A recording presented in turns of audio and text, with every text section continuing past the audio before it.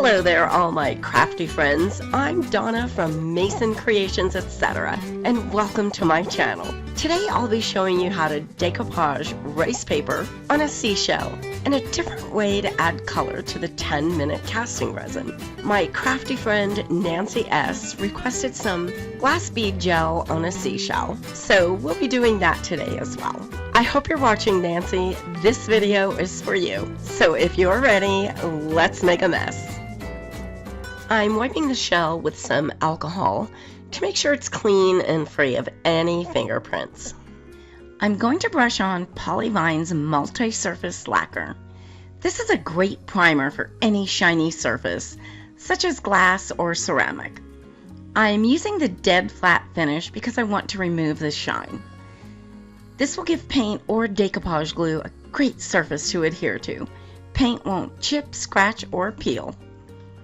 This beautiful rice paper has 2 images on it, but I'm only going to be using the one with the colorful flowers for today's project. I'm separating the images and then removing all the excess background using a water brush. A water brush has a cartridge that you fill with water and then brush it on the napkin or rice paper.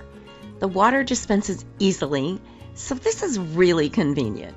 You can find this in my description box below, in my favorite tools section, just in case you want to check it out. This and all the products you're going to see me use today came from DecoupageNapkins.com, my wonderful sponsors. The shell that I'm decoupaging today does not have a flat surface. It has a slight curve and dips in the center.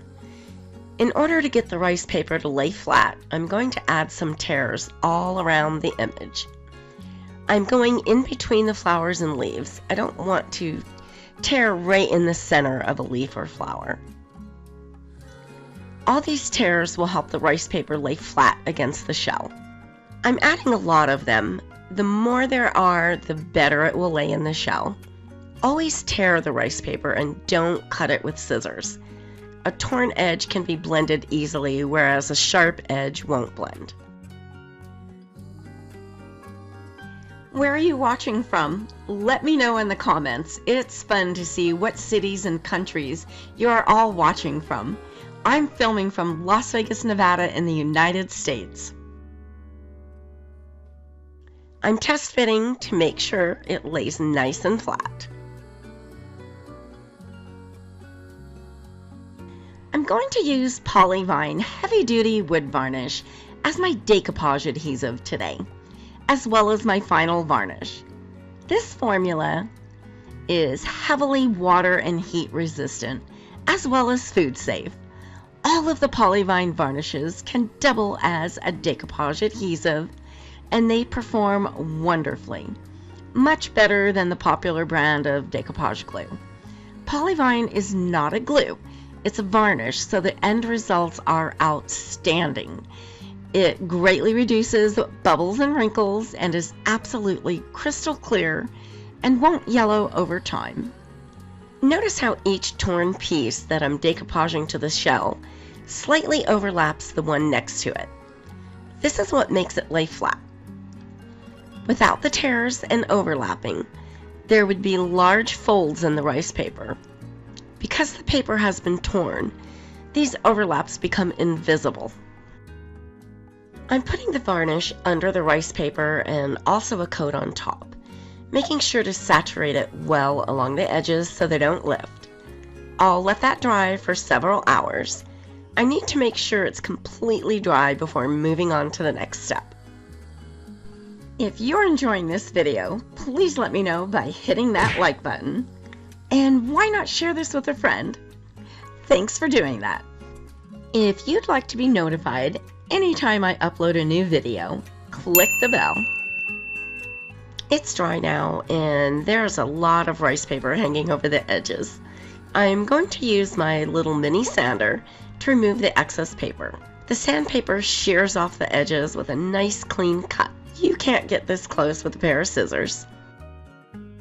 DecoupageNapkins.com has such a great selection of napkins that you can purchase one at a time. They carry many other craft supplies such as rice paper, paint, clay, molds, and a great selection of Polyvine products. Over 8,000 products and growing. They are wonderful to work with and will send your order out fast. They offer several automatic discounts when checking out. Subscribe to their newsletter by entering your email address and you'll receive 10% off your next order. They are truly your one-stop shop for craft supplies. Make sure you check them out. I'll be leaving links for all the products I use in my description box below. I'm painting the back of the shell a pearl white. I just love the iridescent look of pearl colors. I'll let that dry for about 30 minutes. I cleaned up the pieces of the image from when I sanded off the excess rice paper. I'm going to decoupage these on the back of the shell.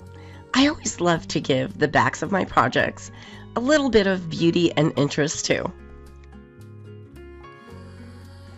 I test all the products that I recommend in my videos. I won't recommend anything that I haven't used myself and prefer. If I'm recommending it, you can bet it's a great product. Each product will be listed in my description box below and will have a blue link to make it easy for you to find. Any of the links I provide are safe for you to click on. I'm mixing some of the pearl paint with water to make it really runny. I'm going to use it as a pearl wash so the images decoupaged on the shell have that iridescent pearl glow.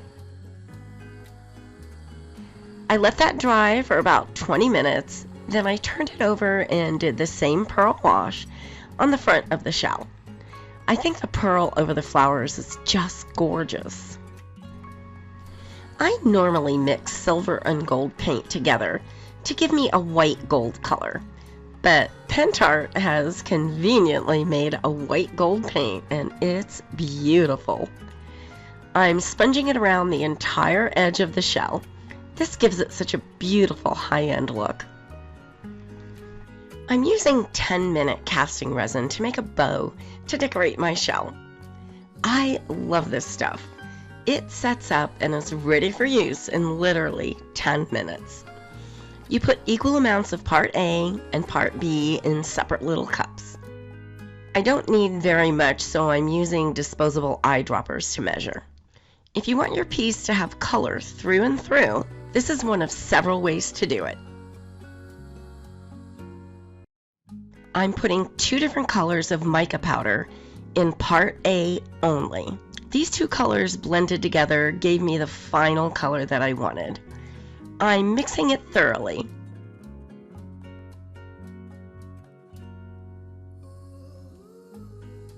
Now I'll mix in part B. You only have about 2 minutes to mix this and put it in your mold, which is why I added the mica powder to only part A.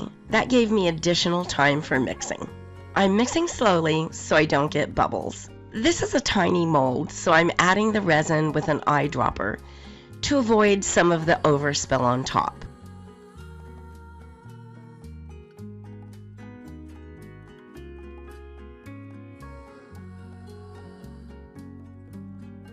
I have a little bit extra, so instead of throwing it away, I put it in a couple of the other designs. I'll put them in my stash and eventually will use them.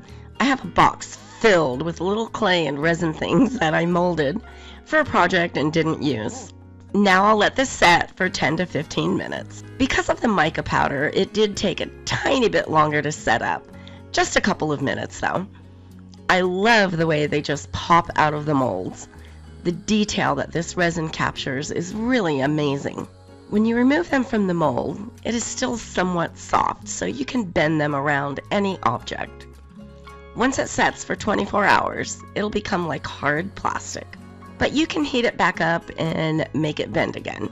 If you want to see an in-depth tutorial on how to use 10-minute casting resin, you can click the banner in the top right corner. I'll also leave a link to the video in my description box below. After removing the pieces, you need to clean up the edges a little bit. You can use scissors or sandpaper.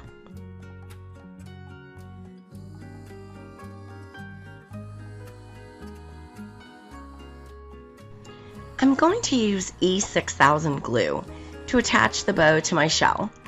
Since this bow is so thin, I'm adding the glue with a toothpick. I don't want to have a bunch of glue seeping out from under the bow. I'm working on some great projects for the upcoming weeks. Next Sunday will be my first Christmas project of the year.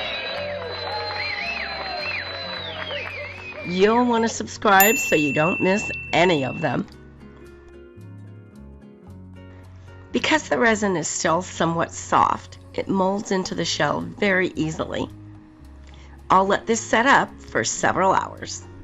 I'm going to do some antiquing, so I'm giving the entire shell a coat of Polyvine's Heavy Duty Wood Varnish in a gloss finish. Before antiquing, always give your piece a coat of gloss varnish. I'll let this dry for an hour before moving on. I'm using Pentart Antique Paste in the color Umber. I'm brushing it in all the crevices around and on the bow, then wiping it off with a soft dry cloth. It will wipe off the top surface and stay in all the crevices. This will add some shadows and depth.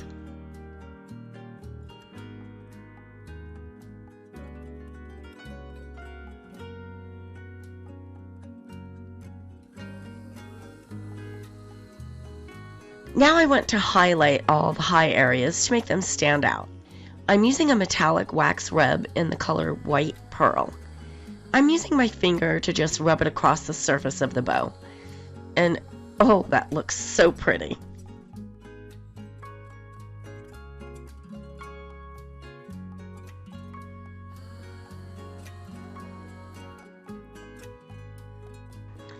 This is glass bead gel. It's so pretty.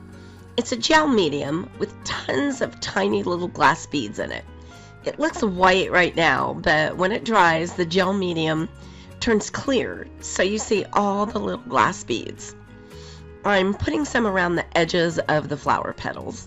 When it dries, it'll look like morning dew all over the flowers. I love using this for fancy touches on my projects.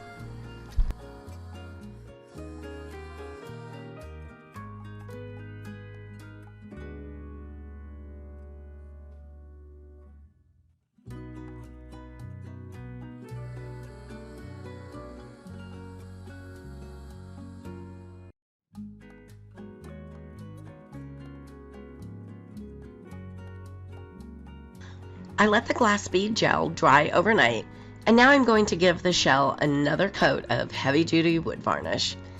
I'm using the satin finish, but the more coats you put on, the shinier it gets. This is one of my favorite Polyvine formulas. And I'll let that dry for 30 minutes. I decided I wanted the glass bead gel to be a little more noticeable, so I'm adding another coat right over top of what was already there. And I'll let that dry overnight again.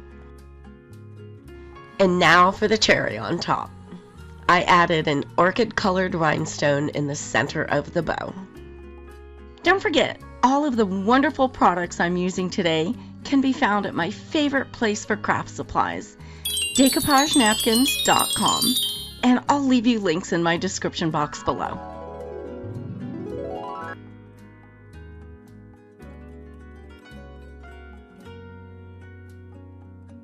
I put together a playlist of some other tutorials you may enjoy.